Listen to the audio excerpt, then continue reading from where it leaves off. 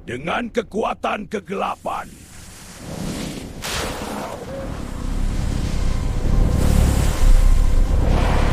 Dengan mantra kuno aku panggil kekuatan gelap. Jadi Jenglot terkutuk selamanya. Aku datang. Apa maumu? Aku minta kekayaan, tapi jiwamu taruhannya. Saja ini datang aku datang. Apa maumu? Ku beri, tapi ingat jaga janjimu.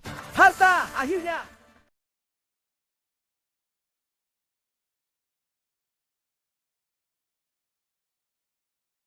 Assalamualaikum warahmatullahi wabarakatuh. Pernahkah kalian mendengar kisah Batara Karang dan Jenglot yang tersembunyi di Gunung Karang? Desa tua, misteri energi, dan legenda yang menakutkan kini terungkap. Saksikan perjalanan Arya menghadapi kutukan berabad-abad, rahasia leluhur, dan kekuatan yang bisa mengubah hidup selamanya. Kabut senja turun perlahan menyelimuti sebuah desa tua di tanah Jawa. Desa yang seakan hidup di antara dua zaman. Masa kini yang berjalan pelan dan masa lampau yang tak pernah benar-benar pergi.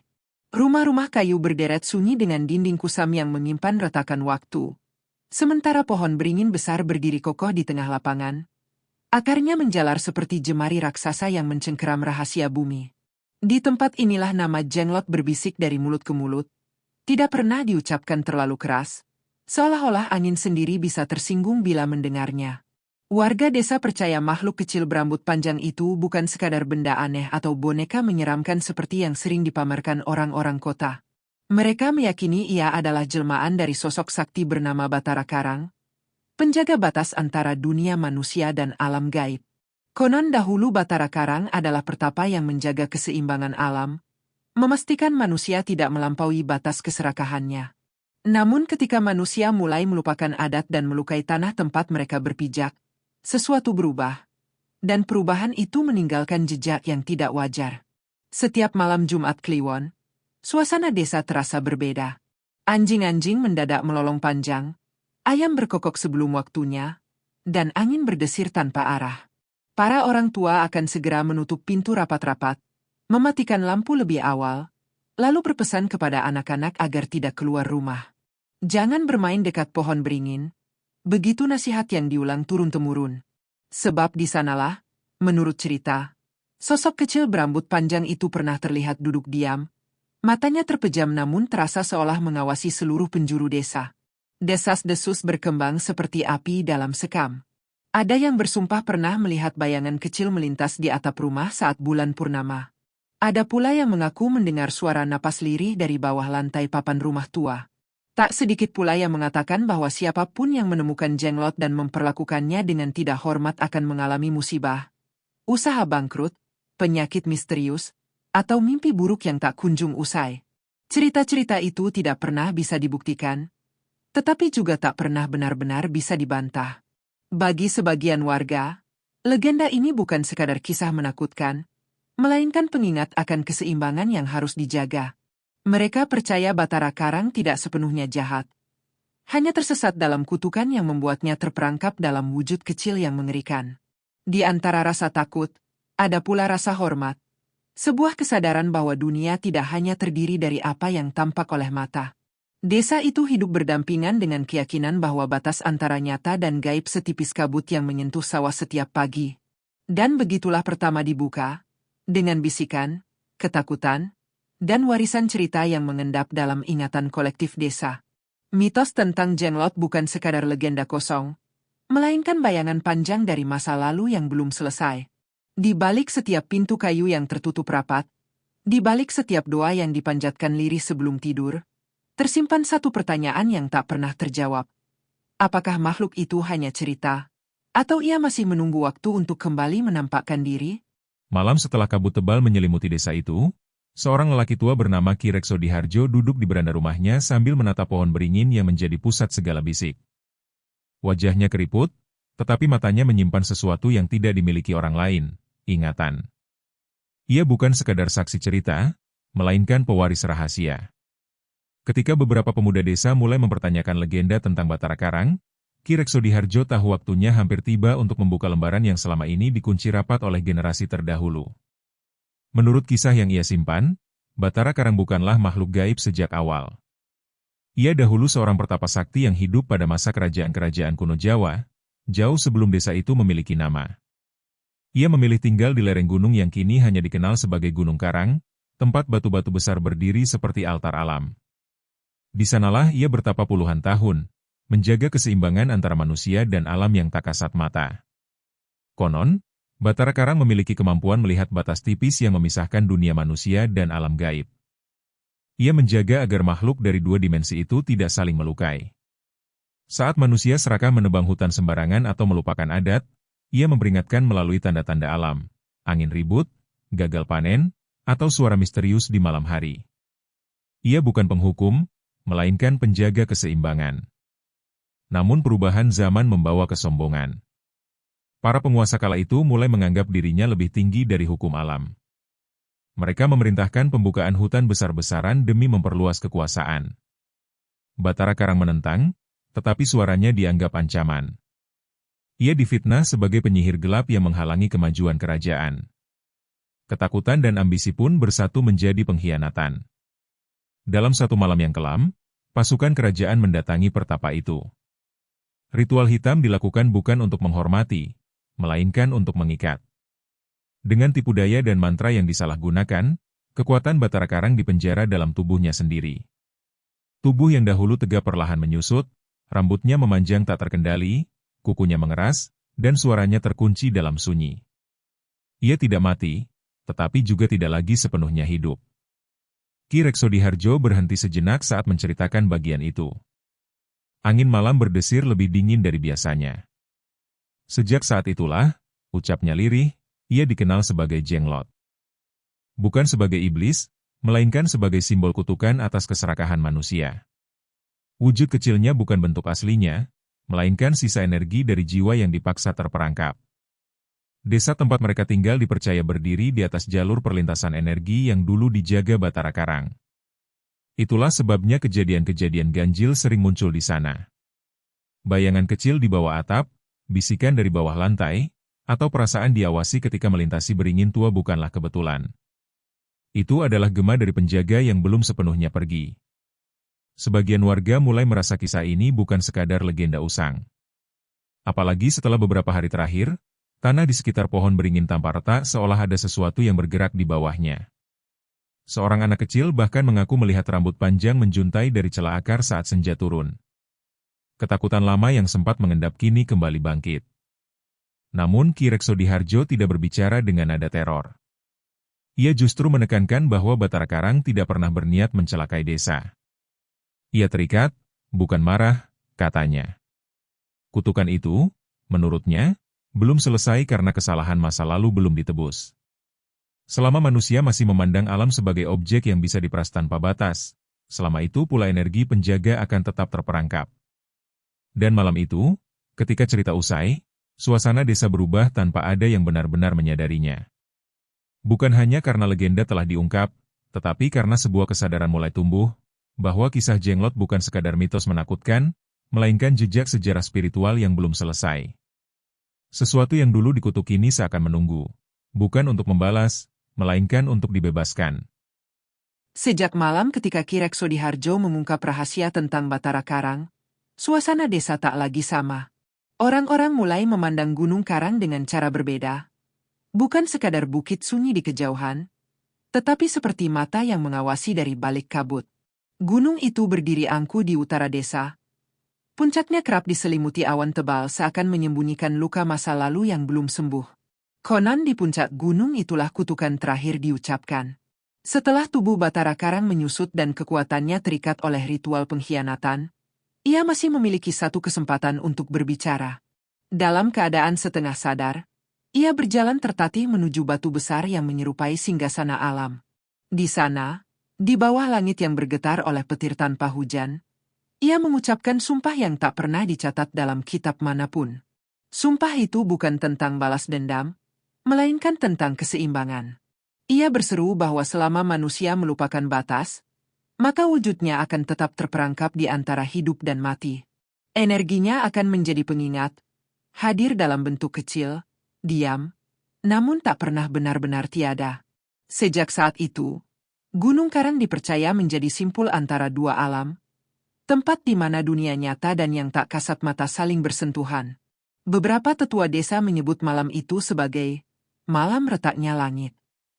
Tanah bergetar ringan, burung-burung beterbangan tanpa arah, dan sumber mata air di lereng gunung sempat mengering selama 7 hari.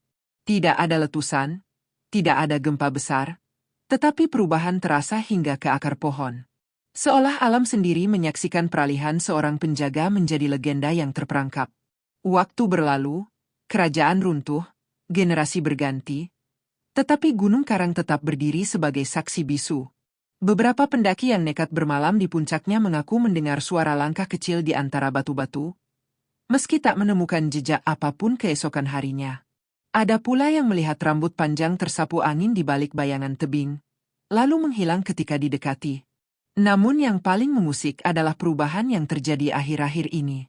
Retakan tanah di sekitar pohon beringin desa semakin melebar, seolah terhubung dengan sesuatu di gunung. Air sumur warga kadang terasa lebih dingin dari biasanya, dan hewan ternak sering gelisah tanpa sebab.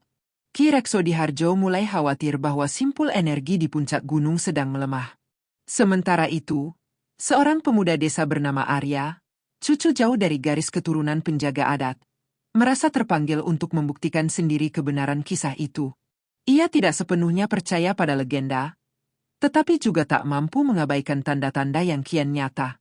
Dalam mimpinya, ia berulang kali melihat batu besar di puncak gunung bercahaya redup, seakan menunggu disentuh oleh seseorang yang memahami maknanya. Pada suatu senja, Arya memutuskan mendaki Gunung Karang. Perjalanan itu bukan sekadar fisik, melainkan batin. Setiap langkah terasa lebih berat ketika kabut turun lebih cepat dari biasanya. Hutan di lereng gunung sunyi, tidak ada suara serangga, tidak ada desir angin. Hanya detak jantungnya yang terdengar jelas di antara pohon-pohon tua. Saat ia tiba di puncak, batu besar yang diceritakan Ki Reksodiharjo benar-benar ada. Permukaannya retak membentuk pola seperti urat nadi. Ketika Arya menyentuhnya, hawa dingin menjalar hingga ke tulang. Sekilas, ia merasa melihat bayangan kecil berambut panjang berdiri di hadapannya, tidak mengancam, hanya menatap dalam diam yang penuh makna. Dan di saat itulah Arya menyadari satu hal yang belum pernah diungkapkan sebelumnya. Kutukan itu bukan sekadar hukuman bagi Batara Karang, melainkan perjanjian yang mengikat seseorang dari masa depan untuk menyelesaikannya. Gunung Karang bukan hanya tempat kutukan bermula, tetapi juga tempat di mana takdir baru akan ditentukan. Babak baru pun dimulai, bukan lagi sekadar legenda yang diceritakan, melainkan kenyataan yang harus dihadapi. Sentuhan Arya pada batu retak di puncak Gunung Karang bukan sekadar peristiwa sesaat. Sejak turun dari gunung, tubuhnya sering terasa dingin di tengah terik matahari, dan bayangan kecil berambut panjang kerap muncul di sudut penglihatannya. Ia tidak lagi sekadar mendengar legenda, ia mulai merasakannya merambat di dalam darahnya sendiri, seolah ada ikatan lama yang baru saja terbangun. Malam-malam berikutnya dipenuhi mimpi yang sama, sebuah lingkaran batu, nyala api kecil di tengahnya, dan suara lirih yang bukan ancaman, melainkan permohonan. Dalam mimpi itu, Arya melihat sosok pertapa tua sebelum wujudnya menyusut, wajahnya tenang, namun matanya memendam kelelahan panjang. Sosok itu tidak menyebut nama, tetapi Arya tahu, itulah Batara Karang sebelum menjadi legenda yang terperangkap. Ki Reksodiharjo akhirnya membuka rahasia yang lebih dalam. Ia mengeluarkan naskah tua dari peti kayu berukir, kertasnya menguning dan rapuh. Di dalamnya tertulis tentang perjanjian darah penjaga batas. Ritual itu bukan untuk mengikat kekuatan, melainkan untuk menyalurkan keseimbangan. Namun pada masa pengkhianatan kerajaan, ritual itu dipelintir menjadi kutukan. Energi penjaga dipaksa menetap dalam bentuk yang tak sempurna. Menurut naskah itu, energi yang kini dikenal sebagai jenglot bukanlah makhluk yang membutuhkan darah manusia seperti yang sering digembar-gemborkan. Ia hanya bereaksi pada ketidakseimbangan, keserakahan, niat jahat, dan pelanggaran batas alam. Desas-desus tentang memberi makan darah hanyalah tafsir keliru dari orang-orang yang ingin memanfaatkan sisa energi itu demi keuntungan pribadi. Dan benar saja, kabar tentang kebangkitan energi di Gunung Karang rupanya telah sampai ke telinga orang luar. Seorang kolektor benda mistis dari kota datang diam-diam ke desa, menawarkan uang dalam jumlah besar kepada siapapun yang bisa menunjukkan lokasi tepat keberadaan jenglot.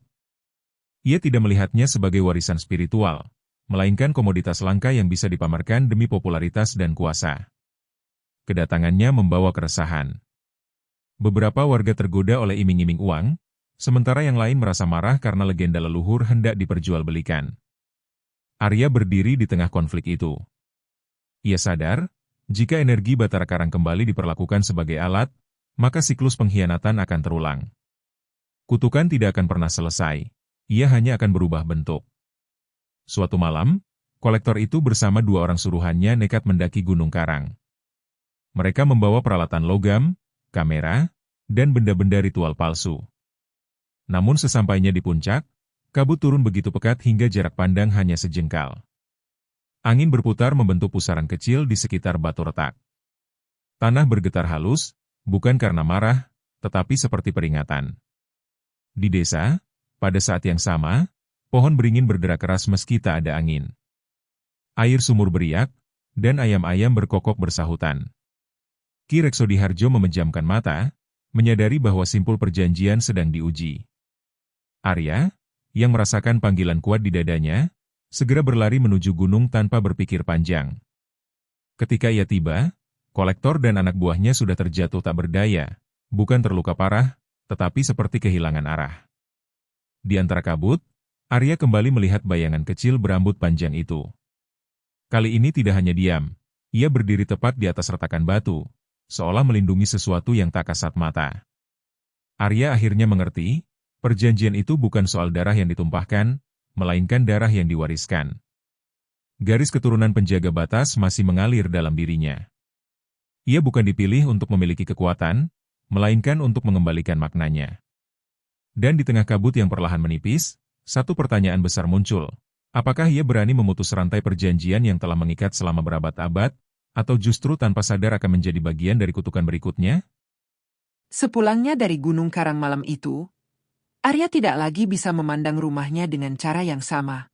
Rumah kayu peninggalan leluhurnya berdiri di ujung desa. Lantainya dari papan tua yang berderit setiap kali diinjak. Dulu suara itu terasa biasa, kini terdengar seperti denyut yang menyimpan pesan. Ia teringat pada mimpi tentang lingkaran batu dan api kecil, dan firasatnya mengarah ke satu tempat, bawah rumahnya sendiri. Sejak kecil, neneknya selalu melarang siapapun menggali tanah di bawah rumah panggung itu. Ada yang dititipkan, katanya singkat, tanpa pernah menjelaskan lebih jauh. Larangan itu dulu dianggap tahayul. Namun setelah peristiwa di puncak gunung dan kemunculan bayangan kecil berambut panjang, Arya mulai memahami bahwa larangan itu bukan tanpa alasan. Dengan bantuan Ki Reksodiharjo, ia memindahkan beberapa papan lantai yang paling tua. Tanah di bawahnya terlihat berbeda, lebih padat dan membentuk lingkaran samar, seolah pernah disentuh ritual di masa lalu. Saat digali perlahan, sekeping kain lusuh berwarna coklat tua mulai terlihat. Bau tanah bercampur aroma kayu basah menguar, membuat udara di sekeliling terasa berat. Ketika kain itu dibuka, keduanya terdiam. Di dalamnya terbaring sosok kecil berambut panjang, kaku namun tidak membusuk. Kukunya memanjang seperti akar yang mengeras. Wajahnya tenang, bukan menyeramkan seperti yang sering digambarkan orang luar. Arya merasakan hawa dingin menjalar, tetapi bukan rasa takut, melainkan perasaan dikenali. Ki Reksodiharjo berlutut perlahan. Inilah wujud yang selama ini disebut Jenglot, ucapnya lirih. Bukan untuk dipamerkan, bukan untuk dipuja, tetapi untuk dijaga. Ia menjelaskan bahwa leluhur Arya adalah bagian dari garis penjaga batas, keluarga yang ditugaskan menyimpan wujud itu agar tidak jatuh ke tangan yang salah. Arya menyadari sesuatu yang lebih dalam. Energi yang ia rasakan di gunung ternyata terhubung langsung dengan benda di hadapannya. Retakan di batu puncak dan lingkaran tanah di bawah rumahnya membentuk satu garis tak kasat mata. Gunung adalah sumbernya, rumahnya adalah simpulnya. Ia bukan kebetulan lahir di sana, ia adalah kelanjutan dari perjanjian lama.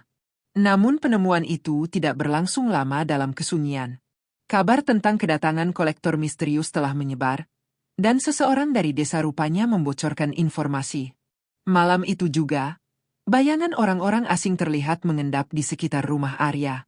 Mereka percaya harta gaib tersembunyi di dalamnya. Ketika salah satu dari mereka mencoba menerobos masuk, angin mendadak berputar kencang meski langit cerah. Lampu minyak padam sendiri. Tanah di bawah rumah bergetar halus, dan dari balik kegelapan, Rambut panjang itu tampak bergerak seperti tersapu arus tak terlihat. Para penyusup mundur ketakutan, bukan karena diserang, tetapi karena merasakan kehadiran yang tak bisa mereka pahami. Arya berdiri di ambang pintu, memandang sosok kecil itu sekali lagi. Kini ia paham bahwa kutukan tidak akan selesai hanya dengan menyembunyikannya. Selama wujud itu masih terikat pada dunia fisik, selama itu pula orang-orang serakah akan terus mencarinya. Ia harus menemukan cara untuk mengembalikan energi Batara Karang ke tempat asalnya, bukan sekadar menjaga, tetapi membebaskan. Di bawah cahaya bulan yang pucat, keputusan mulai terbentuk dalam hatinya. Penemuan di bawah rumah tua itu bukan akhir dari misteri, melainkan awal dari perjalanan yang lebih berbahaya. Karena untuk memutus perjanjian lama, ia harus berani membuka tabir kebenaran sepenuhnya. Kebenaran yang mungkin akan mengguncang desa, dan mungkin juga mengguncang dirinya sendiri. Penemuan di bawah rumah tua itu mengubah segalanya. Arya tak lagi sekadar pewaris cerita, melainkan penjaga kenyataan yang tak bisa disangkal. Sosok kecil berambut panjang itu kini disimpan kembali dengan hati-hati, bukan karena takut, tetapi karena hormat. Namun Arya tahu, menjaga saja tidak cukup. Ia harus memahami kebenaran yang selama ini terdistorsi oleh desas-desus dan ketakutan. Atas saran Ki Reksodiharjo, Arya melakukan perjalanan ke sebuah padepokan tua di perbatasan hutan, tempat seorang sesepuh yang jarang ditemui orang tinggal dalam kesunyian. Perjalanan itu terasa seperti melangkah keluar dari dunia yang ia kenal. Hutan semakin lebat, udara semakin dingin, dan suara alam terdengar lebih tajam, seolah setiap daun memiliki pesan tersendiri. Sesepuh itu, yang dikenal sebagai Empu Wiratma, menyambut Arya tanpa terkejut sedikit pun. Tatapannya dalam, seakan sudah mengetahui alasan kedatangan tamunya sebelum sepatah kata diucapkan. Kau datang bukan untuk mencari kekuatan, katanya pelan, melainkan untuk mencari makna. Kalimat itu membuat Arya terdiam, karena untuk pertama kalinya seseorang memahami pergolakan di dalam dirinya. Empu Wiratma menjelaskan bahwa yang dikenal sebagai jenglot bukanlah makhluk yang haus darah seperti yang dipercayai banyak orang. Ia adalah sisa manifestasi energi dari seorang penjaga batas, yaitu Batara Karang, yang gagal menyelesaikan tugasnya akibat pengkhianatan. Energi itu terperangkap dalam bentuk fisik karena ritual yang dipelintir oleh keserakahan manusia. Energi tidak pernah benar-benar jahat, lanjut Empu Wiratma. Ia hanya memantulkan niat orang yang mendekatinya. Jika disentuh dengan ambisi, ia menjadi gelap. Jika didekati dengan keseimbangan, ia tetap diam. Inilah sebabnya sebagian orang mengalami musibah ketika mencoba memanfaatkannya, bukan karena ia menghukum, tetapi karena niat mereka sendiri yang berbalik arah. Arya mulai memahami bahwa kutukan itu bukan hukuman ilahi, melainkan konsekuensi dari manipulasi energi yang salah. Perjanjian darah leluhur bukanlah ikatan untuk memberi makan makhluk itu, melainkan komitmen untuk menjaga keseimbangan agar energi tersebut tidak terseret kembali oleh ambisi manusia. Selama garis keturunan penjaga masih ada, simpul itu tetap stabil. Namun Empu Wiratma juga mengungkap satu hal yang lebih menggetarkan. Waktu simpul itu hampir habis. Retakan di Gunung Karang dan pergerakan energi di bawah rumah Arya menandakan bahwa ikatan lama melemah. Jika tidak diselesaikan dengan benar, energi itu bisa terpecah, bukan lenyap, tetapi tersebar tanpa kendali. Dan itu jauh lebih berbahaya daripada wujud kecil yang selama ini ditakuti. Untuk membebaskannya, Arya harus melakukan satu hal yang belum pernah dicoba leluhurnya. Mengembalikan energi Batara Karang ke asalnya melalui ritual penyeimbang, bukan ritual pengikat. Ia harus melakukannya di puncak Gunung Karang saat bulan berada di titik tertinggi, ketika batas dua dunia paling tipis. Tapi ritual itu menuntut satu syarat. Keberanian melepaskan, bukan memiliki. Saat Arya meninggalkan padepokan, hatinya tidak lagi dipenuhi ketakutan, melainkan tanggung jawab yang jernih. Ia kini tahu bahwa legenda bukanlah kisah tentang makhluk kecil yang menyeramkan, melainkan tentang manusia yang pernah gagal menjaga batas. Dan jika ia berhasil membuka tabir kebenaran sepenuhnya, mungkin untuk pertama kalinya dalam berabad-abad, penjaga yang terperangkap itu akhirnya bisa benar-benar pulang. Malam itu, Gunung Karang tampak berbeda. Kabut tidak menyelimuti puncak, tetapi menari lembut di antara batu-batu besar, seolah menyambut kedatangan Arya. Ia menatap wujud kecil berambut panjang yang dibawanya, merasakan getaran energi yang halus namun kuat. Ini adalah momen yang akan menentukan apakah kutukan berabad-abad itu akan berakhir atau terus menghantui generasi berikutnya. Arya menapaki lereng gunung dengan hati mantap. Setiap langkah terasa berat, bukan karena medan, tetapi karena tanggung jawab yang dipikul. Ia merasakan bisikan angin yang seolah memanggil namanya, mengingatkannya akan pesan Empu Wiratma. Ritual penyeimbang hanya bisa berhasil jika dilakukan dengan niat tulus, bukan ambisi atau rasa takut. Ia harus berani melepaskan, bukan menguasai. Sesampainya di batu besar yang menjadi titik simpul energi, Arya menempatkan wujud kecil itu di tengah lingkaran retakan. Cahaya bulan jatuh tepat di atasnya, membentuk aura keemasan yang memantul ke arah seluruh lereng gunung. Hawa dingin menyelimuti, tetapi tidak menakutkan. Sebaliknya, terasa damai, seperti alam mengakui bahwa sesuatu yang lama tertahan kini siap dibebaskan. Arya menutup mata, menenangkan diri, dan mulai melantunkan mantra penyeimbang yang diajarkan Empu Wiratma. Kata-kata itu terdengar sederhana, tetapi membawa kekuatan luar biasa. Ia bukan hanya memanggil energi Batara Karang, tetapi juga menghubungkan kembali simpul antara dunia manusia dan alam gaib.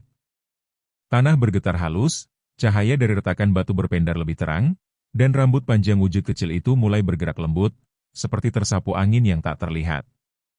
Secara perlahan, tubuh kecil itu memancar cahaya hangat, dan wujudnya mulai berubah. Tubuh Batara Karang yang dahulu kuat dan tegap kembali terlihat dalam bayangan, namun kini bukan sosok yang menakutkan. Matanya lembut, penuh wibawa, dan aura damai menyelimuti puncak gunung. Kutukan yang mengekangnya selama berabad-abad akhirnya pecah, melepaskan energi yang terperangkap. Arya membuka mata, merasakan gelombang energi yang membanjiri tubuhnya. Ia tidak takut, tetapi terpukau. Semua yang ia pelajari, semua ketakutan, desas-desus, dan rahasia leluhur, sekarang terhubung dalam satu momen tunggal. Gunung Karang bukan lagi tempat kutukan, tetapi altar penebusan yang menegaskan bahwa legenda tidak pernah mati, ia hanya menunggu waktu yang tepat untuk terungkap. Di desa, orang-orang merasakan perubahan yang sama. Pohon beringin yang dulu berderak ini berdiri kokoh tanpa gangguan, air sumur kembali jernih dan hangat, hewan-hewan ternak tenang, dan kabut yang biasanya mencekam kini menebarkan kesejukan. Desa itu seolah menahan napas, menyadari bahwa sejarah panjang kini berakhir dengan damai, bukan terulang dengan sengketa. Batara Karang menatap Arya sejenak, kemudian tersenyum tipis.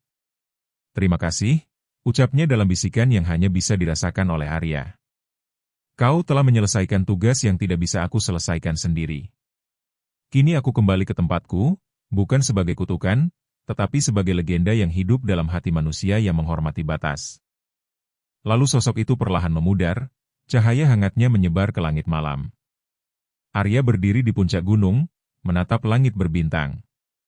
Ia merasa ringan, meski lelah. Semua ketegangan, semua misteri, kini terselesaikan. Namun ia juga sadar bahwa legenda Batara Karang dan wujud kecil berambut panjang itu tidak akan hilang sepenuhnya. Mereka tetap hidup, tidak terlihat, tetapi hadir sebagai pengingat. Kekuatan tanpa kebijaksanaan akan selalu membawa kutukan, sementara keberanian untuk melepaskan adalah jalan menuju penebusan. Gunung Karang tetap tegak, desa kembali damai, dan Arya menjadi saksi sekaligus pewaris warisan leluhur. Kutukan berakhir, tetapi legenda baru lahir, lebih kuat, lebih dalam, dan jauh lebih manusiawi daripada sekadar cerita menakutkan. Kini, siapapun yang mendengar kisah itu tahu bahwa kekuatan terbesar tidak berasal dari ketakutan, melainkan dari keberanian untuk memahami, menghormati, dan membebaskan. Sejak malam itu, desa tua di kaki Gunung Karang berubah. Suara malam yang sebelumnya mencekam kini digantikan desir angin yang lembut. Seolah alam sendiri menepuk pundak setiap penduduknya. Warga mulai menyadari bahwa legenda yang mereka anggap menakutkan ternyata lebih dari sekadar cerita. Ia adalah pengingat akan batas manusia terhadap alam, dan tanggung jawab yang harus dipikul oleh setiap generasi. Arya duduk di beranda rumah tua, menatap pohon beringin yang telah menyaksikan semua rahasia terbuka. Ia masih bisa merasakan sisa energi yang perlahan mengalir ke bumi, tenang dan damai. Tubuh kecil berambut panjang itu kini telah kembali ke asalnya, tetapi bekas keberadaannya meninggalkan aura yang sulit diabaikan. Campuran kehangatan dan kewibawaan yang menenangkan sekaligus menggetarkan. Ki Reksodiharjo, yang menyaksikan perjalanan Arya sejak awal, menepuk pundak cucunya. Kau telah menyelesaikan apa yang tidak bisa aku selesaikan, dan apa yang leluhurmu takutkan, ucapnya lirih. Ia tersenyum, tetapi matanya menyimpan air mata. Air mata seorang tua yang tahu bahwa legenda ini bukan hanya soal kutukan atau kekuatan gaib, tetapi tentang nilai keberanian, ketulusan, dan pengorbanan. Desa perlahan membuka lembaran baru. Ritual-ritual yang dulu diwarnai ketakutan kini dilakukan dengan penuh rasa hormat, bukan sekadar formalitas. Anak-anak dibiarkan mendengar cerita tentang Batara Karang tanpa takut, karena kini mereka belajar bahwa sosok itu bukan monster, melainkan penjaga yang tersesat, menunggu pengakuan manusia atas kesalahan masa lalu. Namun tidak semua orang mudah menerima perubahan. Beberapa orang kota yang sebelumnya mencoba merebut Jenglot masih memendam rasa ingin memiliki kekuatan gaib. Tetapi desa kini bersatu. Mereka menjaga simpul yang tersisa dengan lebih bijak. Dan Arya menjadi penghubung antara dunia nyata dan warisan leluhur. Seorang penjaga yang memahami energi bukan sebagai alat, tetapi sebagai tanggung jawab. Empu Wiratma sekali lagi muncul. Kali ini tidak di padepokan, tetapi di desa. Ia tersenyum melihat kedamaian yang tumbuh. Legenda hidup bukan untuk ditakuti, tetapi untuk dipahami, katanya. Arya mengangguk, menyadari bahwa warisan terbesar bukan wujud kecil itu sendiri, melainkan pengertian tentang keseimbangan, batas, dan kesadaran akan akibat dari keserakahan. Di puncak Gunung Karang, bayangan Batara Karang pernah terlihat sekali terakhir oleh Arya, berdiri dengan tenang, menatap desa yang kini damai.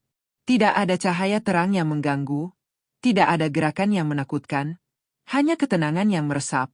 Seolah legenda itu menegaskan dirinya kembali ke alam, tidak sebagai kutukan, tetapi sebagai pengingat abadi.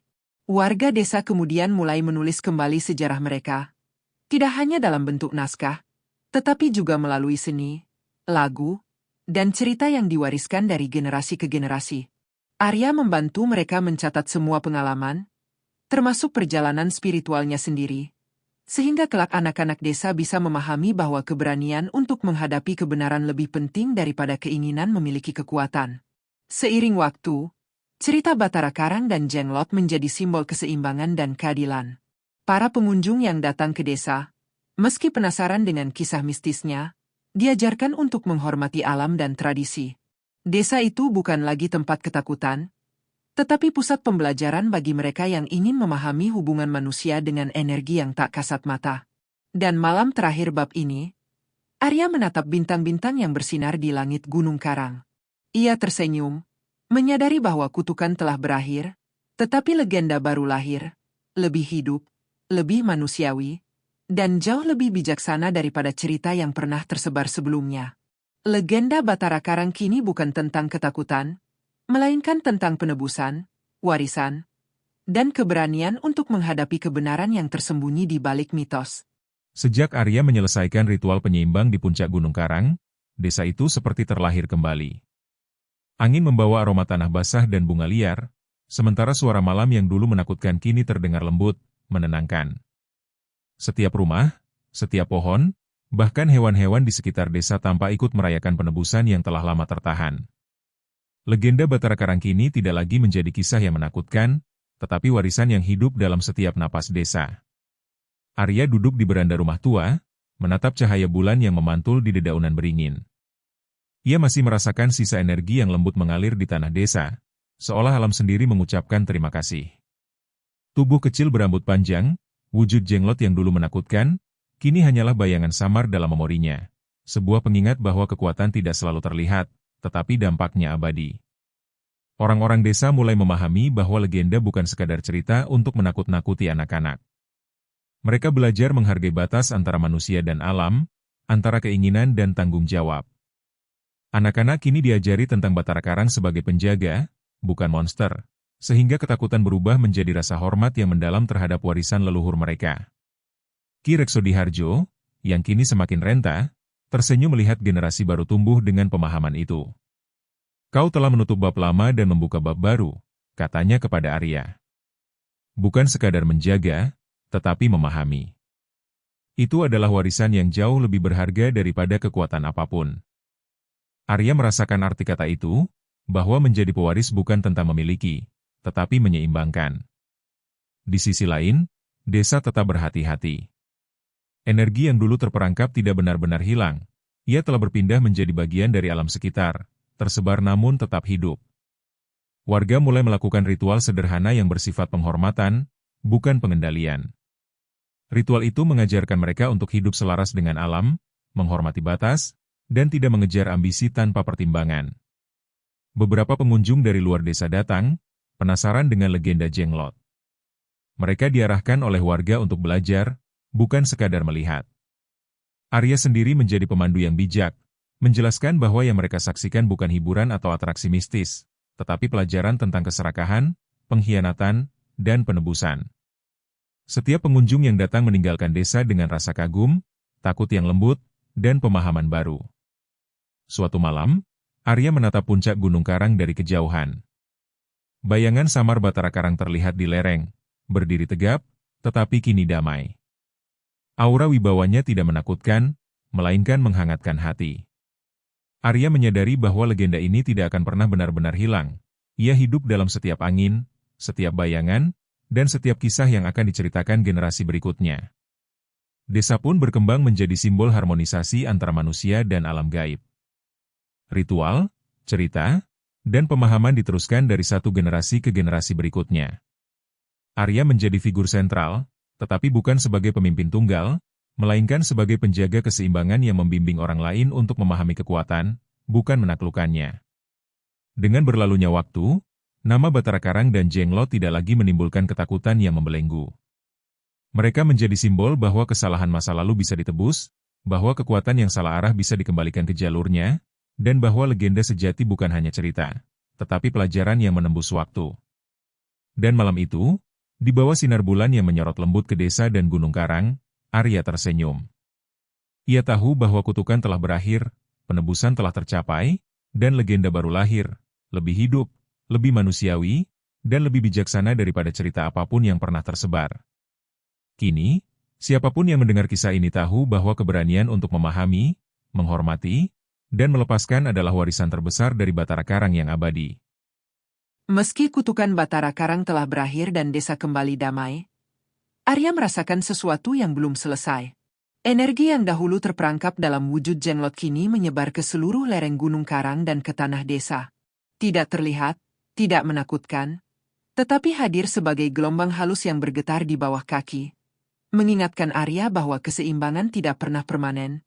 Ia harus dijaga terus-menerus. Di pagi hari, desa tampak biasa-biasa saja, tetapi beberapa warga melaporkan hal-hal ganjil.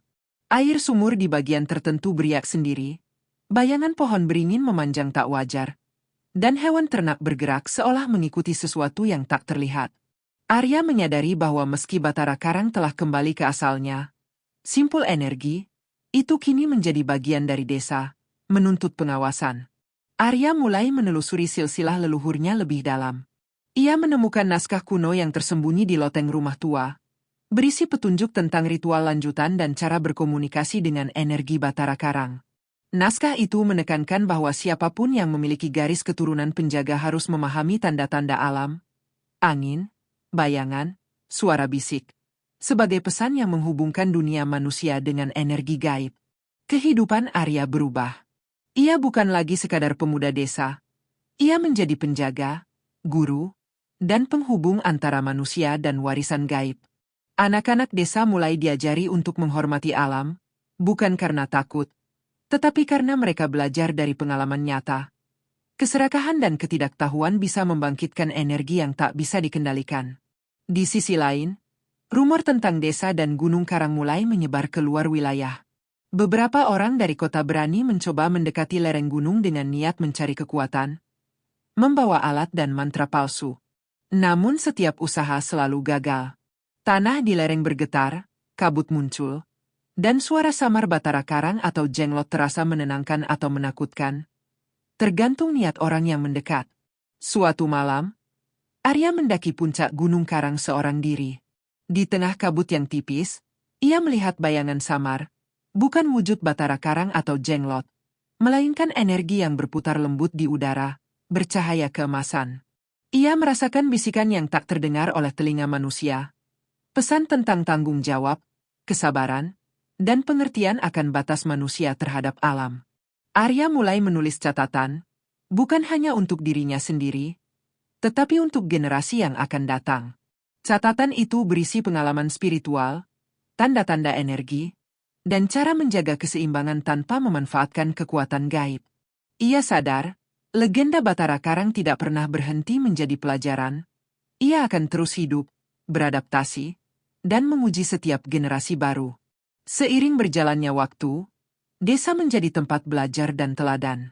Orang-orang dari luar yang datang bukan untuk menaklukkan energi, tetapi untuk memahami filosofi Batara Karang, bahwa kekuatan yang salah arah hanya akan melahirkan kutukan, dan keberanian untuk melepaskan serta menjaga adalah kunci penebusan sejati. Meskipun energi Batara Karang tersebar, desa tetap aman. Arya mengerti bahwa keseimbangan adalah proses, bukan hasil. Setiap angin yang berdesir, bayangan yang memanjang, atau air yang beriak adalah pengingat hidup bahwa legenda tidak berhenti pada ritual atau kutukan. Ia berlanjut dalam interaksi manusia dengan alam, kesadaran, dan niat baik. Dan pada malam terakhir bab ini, Arya berdiri di beranda rumah tua, menatap Gunung Karang yang tenang di kejauhan. Ia tersenyum, mengetahui bahwa meski Jenglot telah kembali ke asalnya, dan Batara Karang telah bebas, legenda itu terus hidup, lebih dari sekadar cerita menakutkan. Ia hidup dalam hati, tindakan, dan warisan setiap manusia yang belajar untuk menghormati batas antara dunia nyata dan yang tak kasat mata. Di bawah sinar bulan yang menembus kabut Gunung Karang, seluruh legenda yang menakutkan itu akhirnya menemukan napas baru. Batara Karang dan wujud kecil berambut panjang, Jenglot, bukan lagi kutukan yang menakutkan, melainkan energi hidup yang mengajarkan manusia tentang batas, tanggung jawab, dan keberanian untuk melepaskan.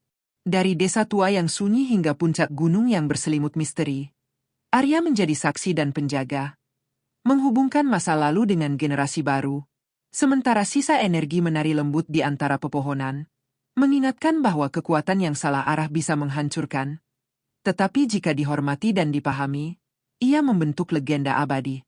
Inilah kisah di mana ketakutan berubah menjadi pelajaran, keserakahan menjadi penebusan, dan setiap bayangan, setiap bisikan angin, setiap retakan tanah, menceritakan satu kebenaran yang tak tergoyahkan. Legenda hidup bukan untuk ditakuti, tetapi untuk diwariskan dan dipahami oleh hati yang berani melihat melampaui yang kasat mata.